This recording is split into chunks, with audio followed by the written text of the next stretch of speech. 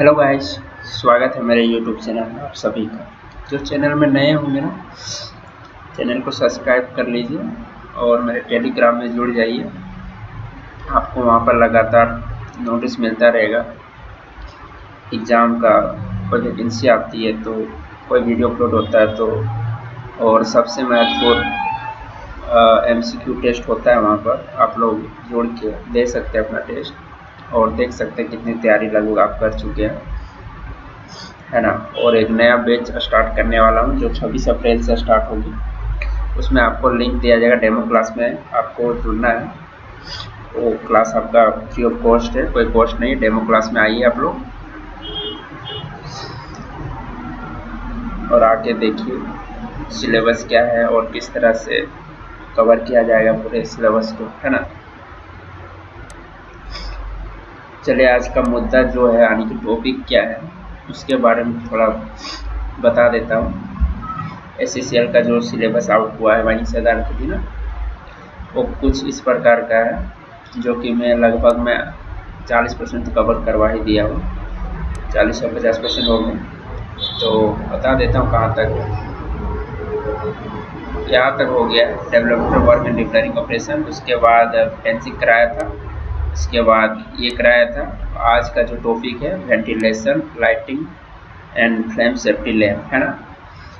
ये टॉपिक आज पूरा का पूरा कवर करूँगा मैं। वीडियो बहुत लंबा हो सकता है क्योंकि एक लाइन में 3 टॉपिक रखा गया है ना, तो वीडियो लंबा होगा ही। तो कहीं भी स्किप नहीं करना, वीडियो को लास्ट तक देखें, पूरी जानकारी दी जाएगी। अगर वीडियो देखने के बाद आपको अच्छा लगता है तो ज़रूर लाइक करें और दूसरे को भी फॉरवर्ड करें। तो वीडियो को स्टार्ट करते हैं।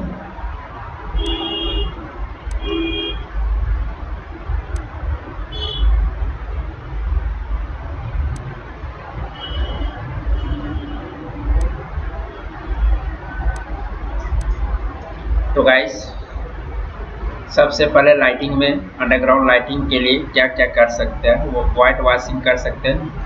जो चूने का पोचाड़ा, क्या जो आप लोग घर में करते हैं पोचाड़ा ना, बस वही पोचाड़ा होता है। माइंस में भी चूने का ही पोचाड़ा किया जाता है। तो कहाँ कहाँ किया जाता है वो सब जगह का लिस्ट दिया गया है यहाँ पर। देखिए लिस्ट में क्या कौन कौन से जगह है। ये जगह जो है ना, एवरी इंसेट, आपका इंसेट कहाँ मिलता है? शाफ्ट में मिलता है ना। पिच का प्लेटफॉर्म सारे इंसेट होती है। शाफ्ट बॉटम, जहाँ लास्ट आपका शाफ्ट जहाँ लास्ट तक जाता है, जहाँ बॉटम हो जाता है, यानी टॉप से बॉटम, निचला हिस्सा को बॉटम बोलते हैं, शाफ्ट बॉटम। तो वहाँ भी किया जाएगा। फिर साइडिंग में, साइड में भी किया जाएगा। बाईपास बनाया जाता है, वहाँ भी किया जाएगा। बॉटम में ही बाईपास बनता है। Top and bottom in haulage roadway. Haulage roadway आपका है, इंक्लाइन हॉलेज रोडवे है या ग्रेविटी हॉलेज, कोई भी हॉलेज रोडवे हो सकता है। उसका टॉप और बॉटम तो होगा ही ना। तो दोनों जगह पर वाइट वॉशिंग किया जाएगा। टब स्टॉपिंग स्टेशन, जहाँ पर टब रोका जाता है ना, बहुत जगह ऐसा प्लेसेस होते हैं ना जहाँ पर टब को रोका जाता है। टब को खोल के दूसरे, मतलब वाइंडिंग रोप जो होता है, किसी टब से खोल के दूसरे टब में लगाया जाता है। कुछ प्लेसेस ऐसे डिसाइड होते हैं, प्री डिसाइड, जहाँ पर किया जाता है सब काम। तो वो सब जगहों की बात हो रही है, टब स्टॉपिंग स्टेशन। तो वहाँ भी ज़रूरी है वाइट वॉशिंग। लैंडिंग प्लेस, जहाँ पर लैंड कर रहा है प्लेस, वहाँ पर भी है। पास बाय आपका बॉटम में ही बनाया जाता है। College roadway junction, college roadway का जंक्शन जहाँ जहाँ है वहाँ भी ज़रूरी है वाइट वॉशिंग। ट्रेवलिंग रोडवे में पूरे के पूरे वाइट वॉशिंग होना चाहिए। इंजन मोटर या other apparatus room, engine motor का रूम जहाँ पर है वहाँ भी किया जाता है। फर्स्ट एड स्टेशन में भी किया जाना चाहिए। मेन हॉल में तो कम बहुत ज़रूरी है ना।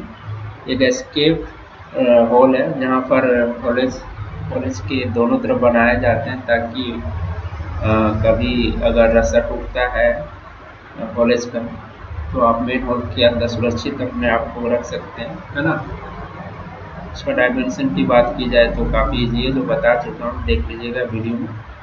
यहाँ भी डायमेंशन नहीं बनती है, यहाँ पर भी देखते हैं। लाइटिंग सरफेस में की बात की जाए, है ना, तो सरफेस में कहाँ कहाँ लाइटिंग व्यवस्था की जाएगी। In every engine house. Surface में आपका कितने सारे इंजन रखे होते हैं, इंजन जहाँ रखे होते हैं वो सब इंजन हाउस कहलाते हैं, बड़े बड़े इंजन रहते हैं। तो वहाँ किया जाएगा in every near of working shaft, आपके शाफ्ट के आसपास किए जाएंगे। In every open cast working, open cast में भी किया जाता है।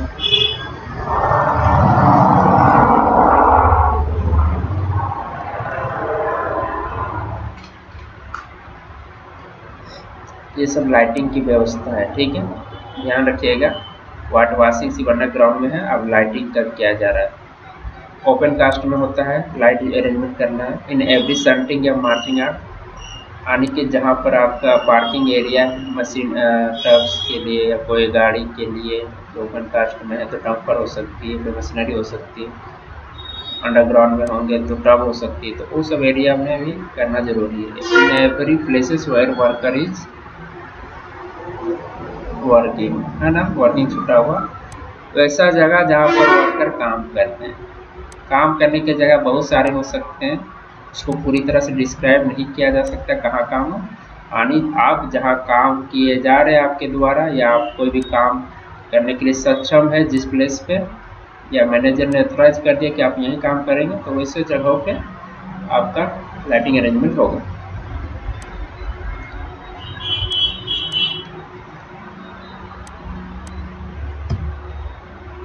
गाइस ये बहुत इंपॉर्टेंट है, क्लस्टर लाइटिंग। देख लीजिए क्लस्टर लाइटिंग क्या है। क्लस्टर लाइटिंग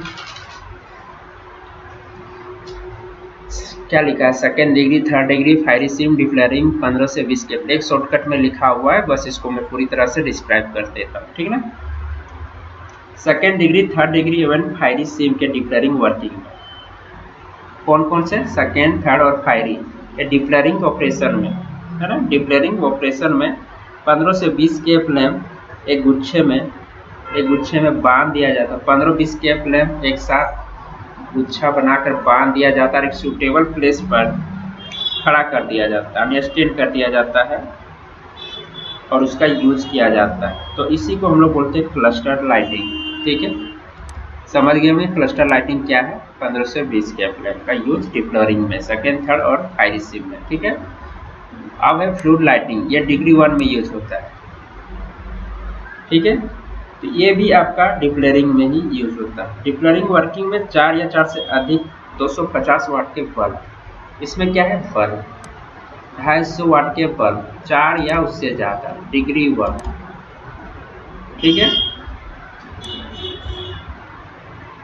बल्ब को सूटेबल स्टैंड में लगाकर यूज करते हैं, उसी को हम लोग फ्लड लाइटिंग बोलते हैं। तो दोनों का यूज हो रहा है डिफरेंट डिफरेंट प्लेसेस में, गैसीनेस चेंज हो रहा है और उसमें के फ्लेम है, इसमें 250 वाट का बल्ब है, ठीक है। ये काफ़ी इंपॉर्टेंट है, बहुत बड़ा है। क्लस्टर लाइटिंग में कितने के फ्लेम होते हैं, ये सब आता है इस तरह से करके। और फ्लड लाइटिंग में भी आ सकता है कि जो बल्ब यूज कर रहे हैं कितने वाट का है, तो 250 वाट का है ना।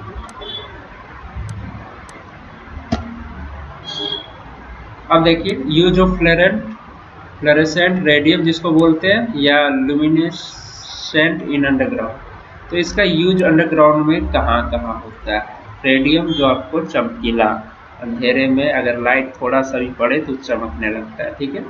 तो ट्रेवलिंग रोडवे के पूरे रास्ते में लगाए जाते हैं, और एस्केप रोडवे जो कि आपका सबसे शॉर्ट डिस्टेंस होता है सरफेस में जाने के लिए, जो इमरजेंसी के दौरान यूज होता है ना, एस्केप रोडवे। तो दोनों जगह पर रेडियम लगाए जाएंगे पूरे रास्ते में।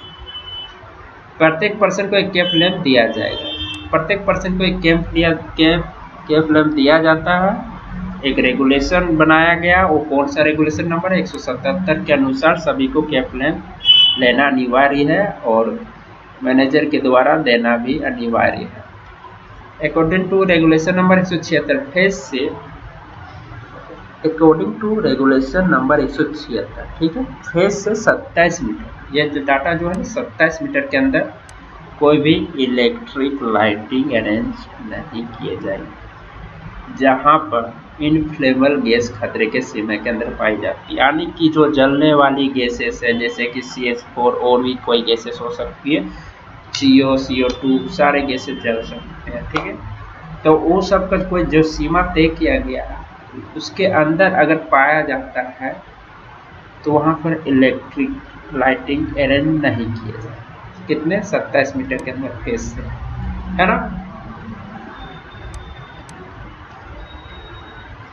अब बात आती है फ्लेम सेफ्टी लैम्प की, है ना।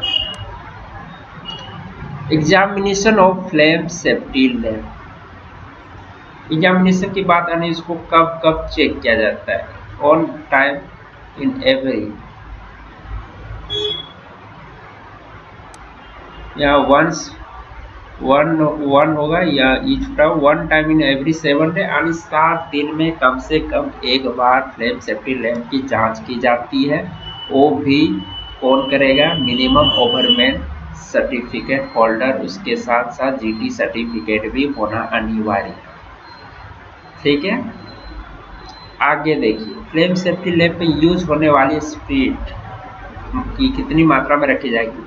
फ्लेम सेफ्टी लैम्प एक लैम्प है जिसको जलाने के लिए स्प्रिट की जरूरत पड़ती है, यानी फ्यूल की जरूरत पड़ती है। उसके बारे में बात हो रही है कि कितनी मात्रा में रखी जाएगी हमारे माइंस के स्टोव में। तो एक वर्किंग डे में जितना खर्च हो सके उतना रखा जाएगा, ठीक है। फ्लेम सेफ्टी लैम्प रूम में फायर एक्सटिंग्विशर कितनी मात्रा में रखी जाएगी? आगे यही लिखा हुआ रहना चाहिए था, जो मैंने नहीं लिखा है ना। फ्लेम सेफ्टी लैम्प रूम में फायर एक्सटिंग्विशर कितनी मात्रा में रखी जाएगी? तो एडिक्वेट मात्रा यानी पर्याप्त मात्रा में, जितना जरूरत है उतनी ही रखी जाएगी।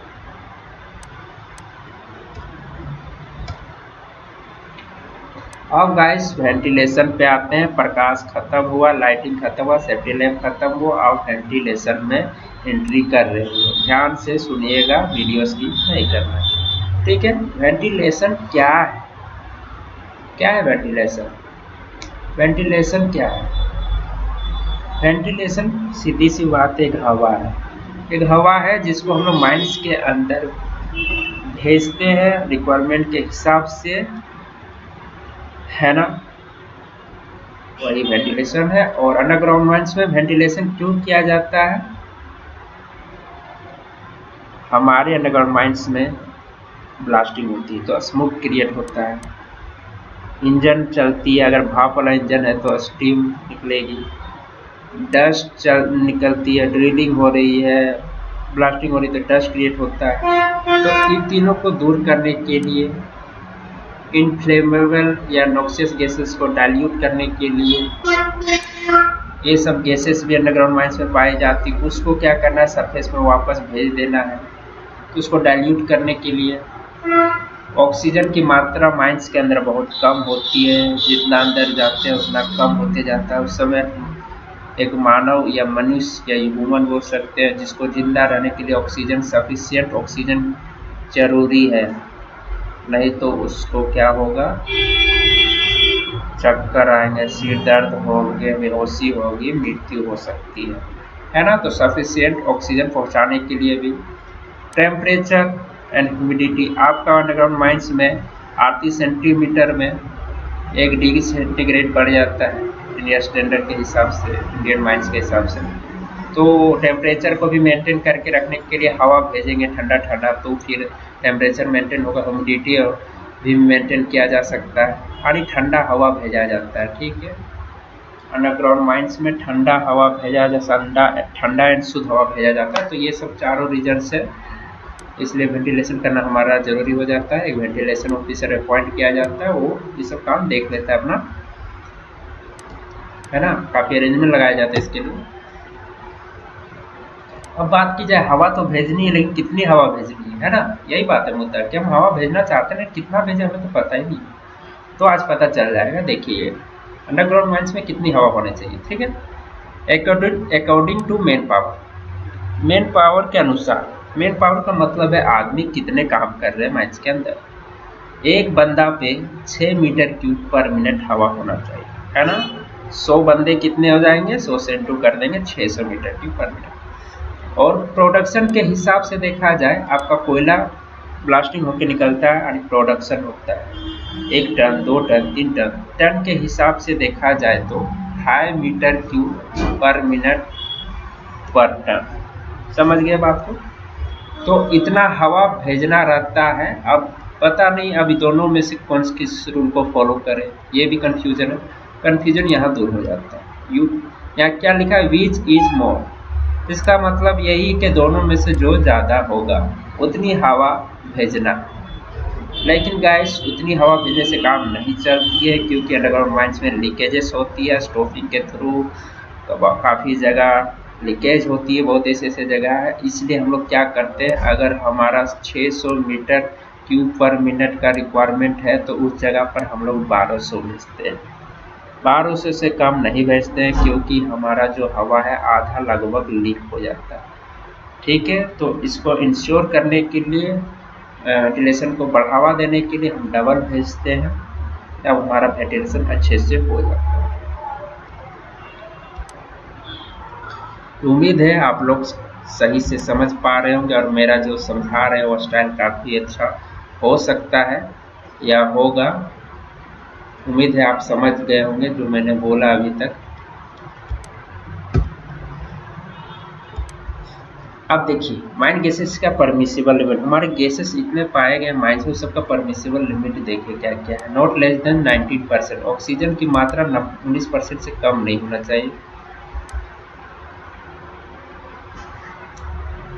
और CO2 जो है 0.5% तक ही चलेगा, परमिसिबल लिमिट है, उससे ज़्यादा नहीं। 50 ppm CO का। CH4 का देखिए दो जगह से बांटा गया है, GBA जो कि रिटर्न एयरवे में आता है, जो कि पूरा सर्किट को वेंटिलेशन करते हैं, रिटर्न एयरवे में चला जाता है, तो वहाँ पर जो है वहाँ पर 0.75% से अधिक नहीं होना चाहिए। और बाकी GBA तो बाकी का माइंस का जहाँ भी प्लेस है, कोई भी प्लेस हो जो GBA है वहाँ पर ये 1.25% से अधिक नहीं होना चाहिए।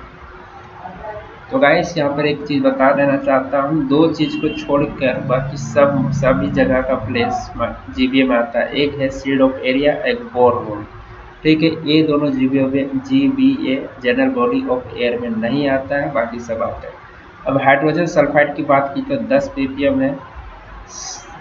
सल्फर डाइऑक्साइड इसको बोल सकते हैं, 5 ppm है।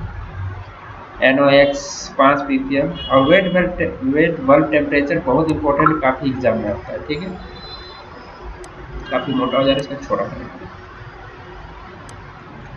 तो वेट बल्ब टेम्परेचर जो है not more than 33.5 degree Celsius. लेकिन यहाँ लिखा हुआ है अगर 30.5 डिग्री सेल्सियस से ज़्यादा होता है तो क्या करेंगे, उस प्लेस पर हवा को बढ़ाया जाएगा। हवा का स्पीड क्या होगा, 1 मीटर पर सेकेंड, है ना।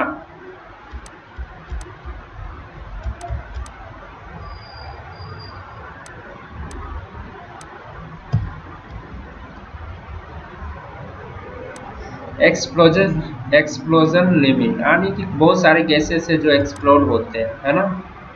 तो उसका भी कुछ लिमिट है, जैसे CH4 का 5.4 से 14.8% के बीच में एक्सप्लोड होता है, उससे कम या उससे ज़्यादा रहे तो एक्सप्लोजन नहीं होता। CO का भी कुछ इसी तरह से डाटा दिया हुआ है, 12.5 से 74%। स्टिंग डैम का भी दिया हुआ है, जिसको H2S बोलते हैं, इसको स्टिंग डैम बोलते हैं, 4 से 45%। हाइड्रोजन 4 से 75%। CO को क्या बोलते हैं, ब्लैक डैम, व्हाइट डैम बोलते हैं इसे।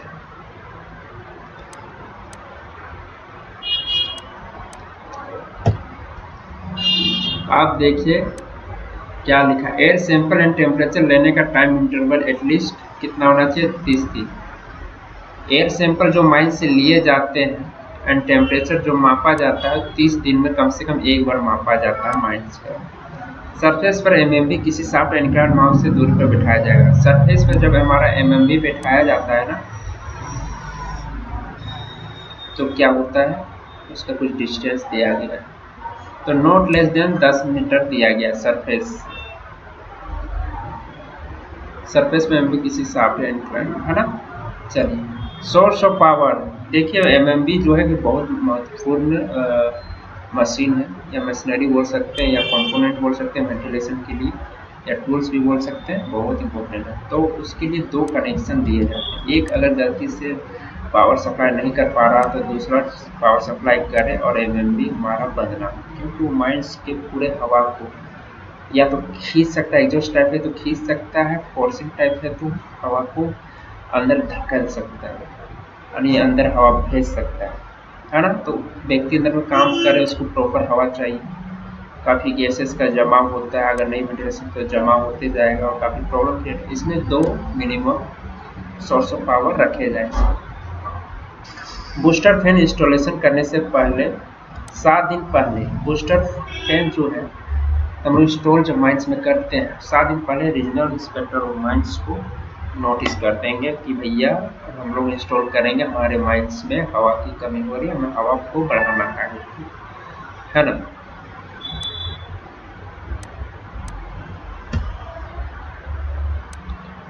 एमएमबी एंड बूस्टर फैन की जांच, 2 फैन जो है एमएमबी और बूस्टर फैन की जांच कितने टाइम इंटरवल पर किया जाता है?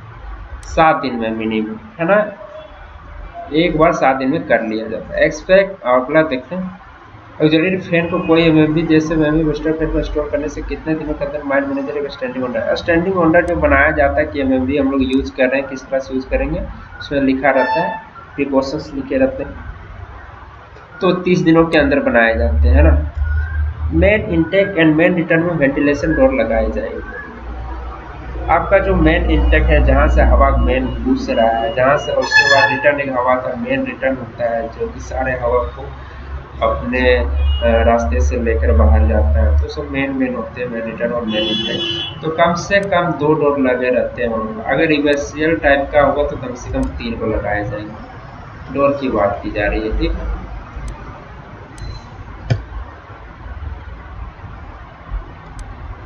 Thickness of ventilation door frame, frame जो होता है ना, फ्रेम की मोटाई की बात की जो है, वेंटिलेशन डोर की फ्रेम की मोटाई तो not less then 25 centimetre. Main intake and main return के बीच की प्रत्येक वेंटिलेशन की मोटाई, तो देखिए कुछ इस तरह से आरसीसी के साथ अगर बनाया हुआ है तो 15 सेंटीमीटर से कम नहीं, और विदाउट आरसीसी है तो 25 सेंटीमीटर से कम नहीं, उससे ज़्यादा रहेगा तो और बढ़िया बात है। According to DGMS circular, all DGMS circular not less than 38 centimetre. तो कुछ तरह इस तरह का डाटा है जो वेंटिलेशन की मोटाई निर्भर करती है।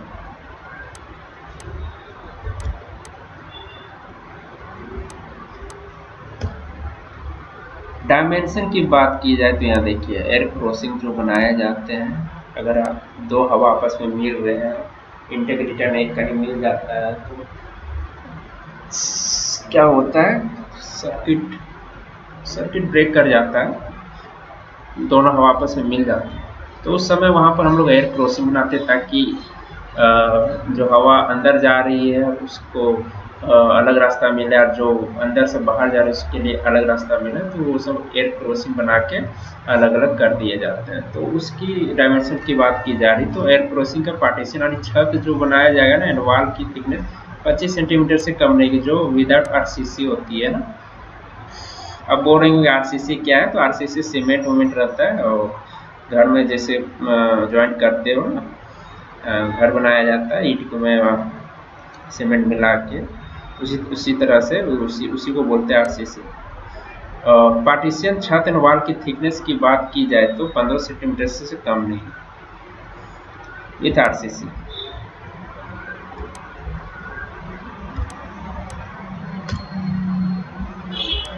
प्रत्येक airway, air crossing and ventilation door की जांच एक कॉम्पिटेंट पर्सन के द्वारा किया जाता है, कम से कम 14 दिनों में एक बार। किसी फेज के आईयूवीसी में मिनिमम एयर वेलोसिटी होना चाहिए 30 मीटर पर मिनट, है ना।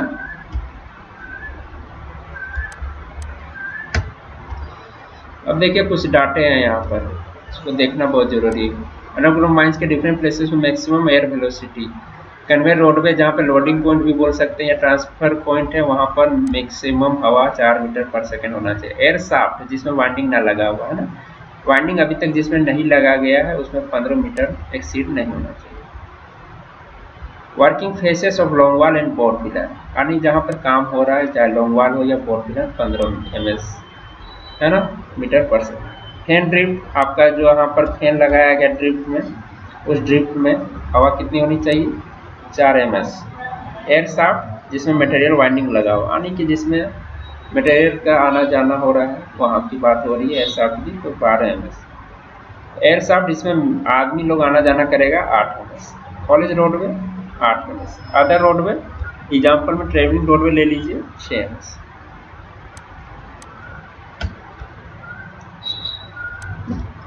डिग्री के बेसिस पे माइंस के डिफरेंट प्लेसेस पे मिनिमम एयर वेलोसिटी डिग्री के बेसिस पे ना, डिग्री 1 और 2 और 3 तीनों को देख लीजिए, जहाँ गति लेनी है, जहाँ की गति लेनी है, ठीक है।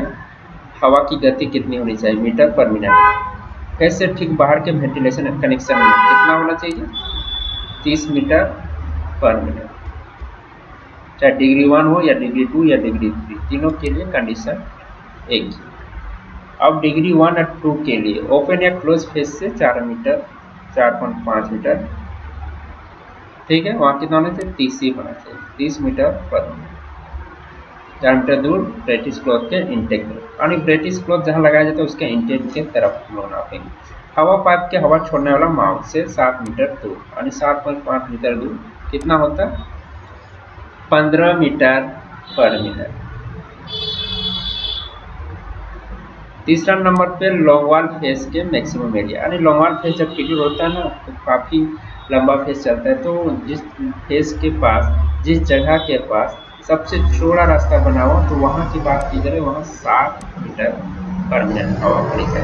डिग्री 1 2 के लिए खत्म होता है, डिग्री 3 स्टार्ट करते हैं। Same as same as same as, ये जो तीनों लिखा हुआ है ना, 1 2 3, ये तीनों के तीनों समझ लीजिए, यहाँ पर भी लिखा हुआ है। उसके बाद आप देख लीजिए 45 है, 25 है, ठीक है।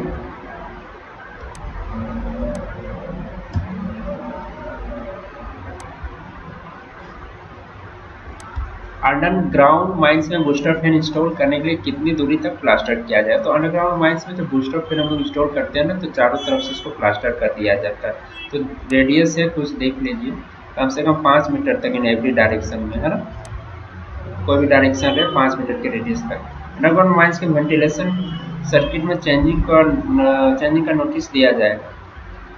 जब अंडरग्राउंड माइंस में वेंटिलेशन सर्किट में कोई चेंज किया जाता है ना, तो तुरंत तत्काल सर्वेयर को बता दिया जाता है कि ऐसा चेंजेस हुआ है, और परमिशन जो है मैनेजर से डिग्री 1 2 के लिए लिया जाता है, डिग्री 3 के लिए रीजनल इंस्पेक्टर ऑफ माइंस से लिया जाता है।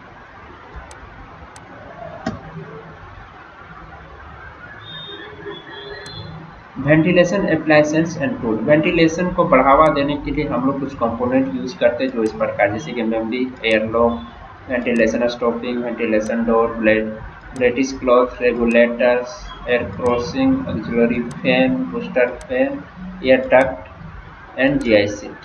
तो ये सब कंपोनेंट हैं जो वेंटिलेशन को अच्छे से बढ़ावा देता है और इसको इंश्योर करता है कि प्रॉपर वेंटिलेशन हो।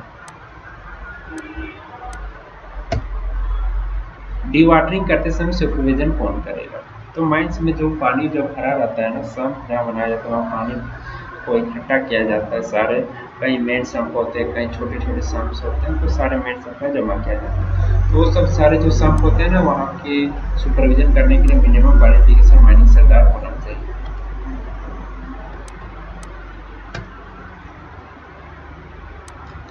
रेगुलेशन 166 के अनुसार क्या बोलता है, अंडरग्राउंड माइंस में गैस मिली जानी कब मानी जाएगी। रेगुलेशन 166 के अनुसार कुछ बातें दी गई है, जो कि बताई गई कि गैस कब मिली पाई जाएगी, वो बताता है उस रेगुलेशन में। तो क्या बताता है, डिग्री 1 गैसीय सीम के लिए जब मीथेन डिटेक्टर से जांच करेंगे ना, तो 0.1% या अधिक मिलने पर जानेंगे डिग्री 1 गैसीय सीम में अगर पाया जाता है।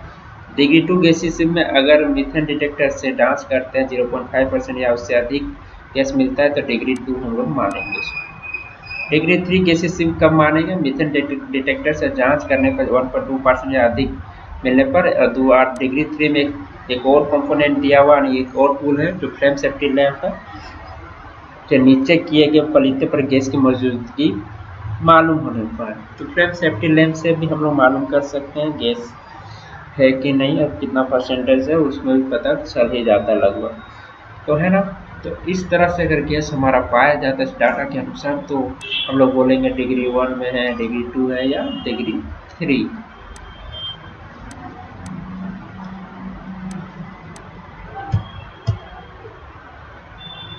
किसी फायरी सिम सेकंड थर्ड के अनयूज्ड वर्किंग के inflammable gases and noxious gases की मौजूदगी पता करने के लिए कितने टाइम इंटरवल पर जांच किया जाएगा। तो ये सब कुछ डाटे हैं, टाइम इंटरवल पर जांच किया जाता है। सेकंड थर्ड डिग्री कोई अनयूज्ड वर्किंग है जहाँ पर अभी काम बंद है, तो उस समय नॉक्सियस गैसेस वहाँ पे जमाव हो सकता है, उस समय क्या है जांच किया जाता है। तो टाइम इंटरवल 7 दिन में कम से कम एक बार ओवरमेन सर्टिफिकेट होल्डर जांच करेंगे।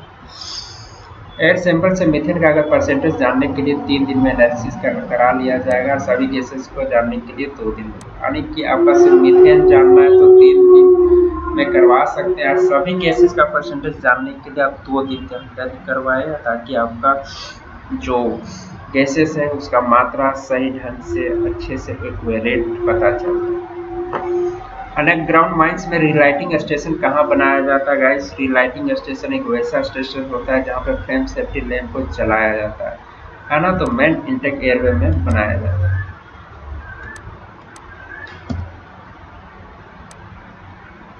गैस क्रोमाटोग्राफी क्या है?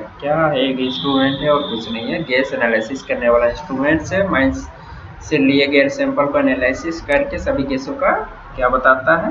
परसेंटेज, स्टेटस, है ना। मजा आ रहा है? मजा तो आया ही होगा। चलिए, मजा खत्म होता है यहीं पर। तो गाइस, कैसा वीडियो लगा बताइएगा, और लाइक जरूर कीजिएगा और अपने दोस्तों को शेयर कीजिए, और मेरे टेलीग्राम में जुड़िए, बहुत ज़रूरी है, जितना जल्दी हो सके जुड़ जाइएगा, है ना।